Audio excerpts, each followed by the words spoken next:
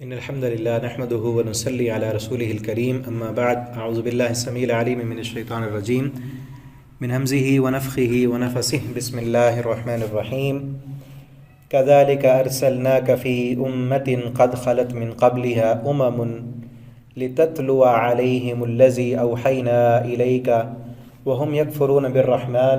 ترجمہ قرآن کے سبق میں آج انشاءاللہ سورۃ الرعد آیت نمبر 30 سے ہم پڑھیں گے۔ کذالک ارسلناک، اسی طرح ہم نے بھیجا آپ کو، فی امت، اس امت میں، آپ کو امت میں رسول بنا کر بھیجا ہم نے، قد خلت من قبلھا، تحقیق گزر چکی ہیں ان سے پہلے۔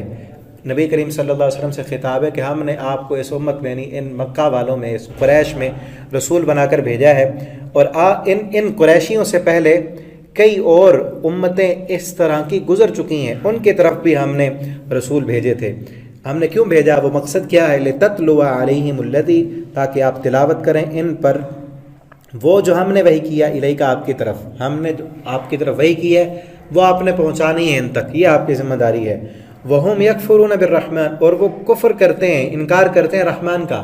مشرکین مکہ نا رحمان سے بڑا جو ہے وہ نام سے دور بھاگتے تھے اور رحمان کا انکار کرتے تھے، اللہ کو وہ مانتے تھے لیکن اللہ کی یہ جو صفاتی نام رحمان ہے اس کا انکار کرتے تھے۔ اس طرح دوسری جگہ پر بھی ہے، آگے آئے گا، وَإِذَا قِيلَ لَهُمُ اسْجُدُوا لِلرَّحْمَنِ، جب ان سے کہا جاتا کہ رحمان کے لیے سجدہ کرو تو وہ کہتے قالوا وما الرحمن، رحمان کون ہے؟ رحمان کو ہم نہیں جانتے۔ اسی طرح جب صلح حدیبیہ ہوئی، نبی کریم صلی اللہ علیہ وسلم نے خط لکھا، آپ صلی اللہ علیہ وسلم کی طرف جو خط تھا اس میں بسم اللہ الرحمن الرحیم کے الفاظ پہ بھی انہوں نے کہا یہ رحمان رحیم کیا ہے، اس کو ہم نہیں جانتے، بسم اللہم لکھیں، صرف اللہم لکھیں۔ تو یہ رحمان الرحیم اللہ کے صفاتی نام نہیں جانتے، اسی لیے اللہ تعالیٰ نے کہا یکفرون بالرحمن، وہ رحمان کا انکار کرتے ہیں۔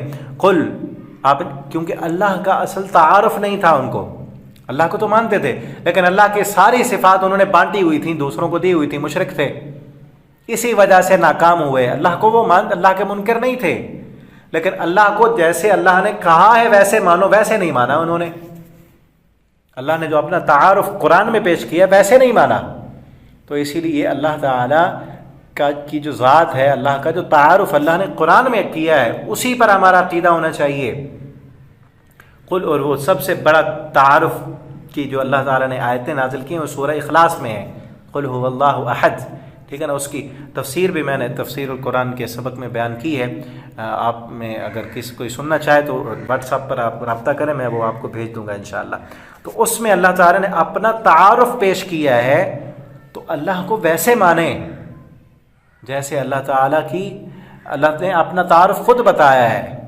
قل ہوا ربی، آپ کہیں وہ رحمان وہی رب ہے، لا الہ، کوئی الہ نہیں، الا ہوا، مگر وہی، علیہ توکل، تو میں اسی پر بھروسہ کرتا ہوں، وإلیہ متاب، اسی رب کی طرف ہی میرا لوٹنا ہے۔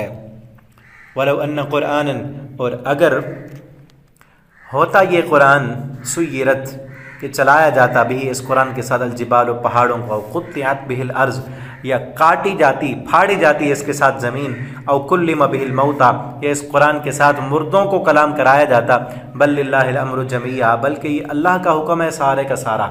یعنی اگر یہ حصی معجزے بھی ان کو مل جاتے، ان کے کہنے کے مطابق ان کے جو مردے ہیں وہ اٹھ کر باتیں کرتے، پہاڑ چلنے لگ جاتے، یا زمین اس سے پھاڑ دی جاتی، اور یہ ہے بھی صحیح قرآن، کیونکہ دوسرے مقام پر اللہ فرماتے ہیں اگر ہم اس قرآن کو نازل کرتے نا پہاڑوں پر، لو انزلنا علی جبل لرأیتہ خاشعا متصدعا من خشیۃ اللہ، تو پہاڑ بھی اللہ کے ڈر کی وجہ سے وہ گر جاتے۔ لیکن یہاں ان کو کہا جا رہا ہے کہ اگر یہ ان کے حصی مطالبات بھی پورے ہو جاتے پھر بھی یہ ماننا نہیں تھا انہوں نے۔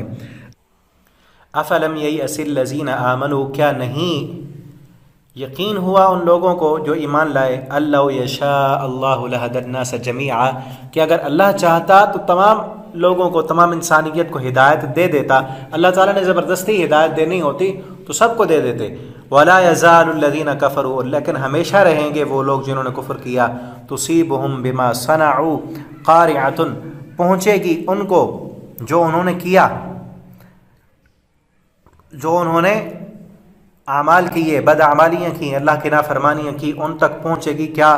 قارعۃ، سختی، آفت، نقصان، او تحل قریبا من دارہم، یا ان کے گھروں کے قریب اترے گی، آفت، عذاب ان کے گھروں کے قریب اترے گا، حتی یأتی وعد اللہ، یہاں تک کہ آ جائے گا اللہ کا وعدہ، یعنی اس دنیا میں بھی ان پر عذاب پہنچے گا۔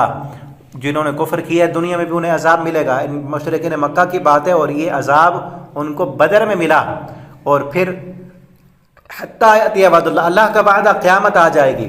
ان اللہ لا یخلف المیعاد، بے شک اللہ تعالیٰ نہیں اپنے وعدوں کے خلاف کرتا۔